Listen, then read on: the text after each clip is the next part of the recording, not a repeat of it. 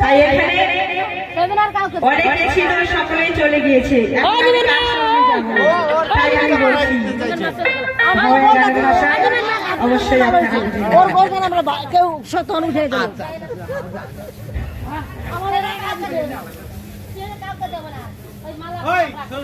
গান বন্ধ করলো কেন?